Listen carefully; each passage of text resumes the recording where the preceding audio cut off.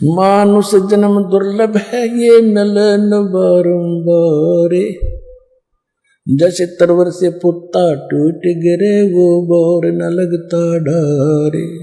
मानुष जन्म पाए कर जो नहीं रटे हरि नामे, जैसे कुआ जल बिना फिर बनवाया क्या काम। अब इन बातों से प्रभावित होकर के जिनको ये दृढ़ता आगे के मनुष्य जीवन केवल परमात्मा प्राप्ति के लिए ही मिला है, इसका और दूसरा काम नहीं है। ठीक है, ये एक किराए का इंजन है, इसमें ईंधन डालेंगे तो ये काम करेगा।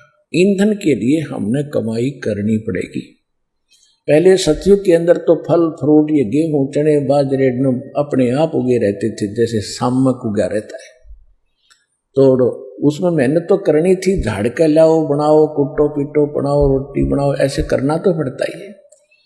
और अब तो हम केवल माया जोड़ने लग गए, रोटी सुविधा मिल गई तो बाकी और बकवाद ने शुरुआत कर दी।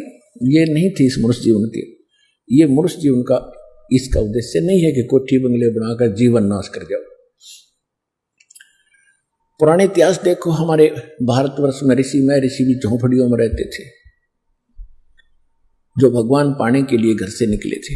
और हमारे दादे परदादे कच्चे मकान बनाकर झोपड़ियों में रहा करते थे और कितने शांत थे, सुख में जीवन जीते थे। और आज हम अफलातून बन गए, एजुकेटेड हो गए, पैंट पूंट टाइट भी नहीं लाओ तो हमने इज्जत का नाश हो जाए, और चैन नहीं स्वप्न में भी, क्योंकि हम माया की आग में जल रहे हैं।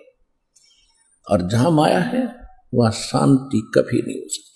इस माया के साथ हमने भगवान की एक विशेष भक्ति साथ करनी पड़ेगी, तब ये माया अपने इसका असर नहीं होगा आंच का, फिर ये हमारे अनुकूल चलेगी।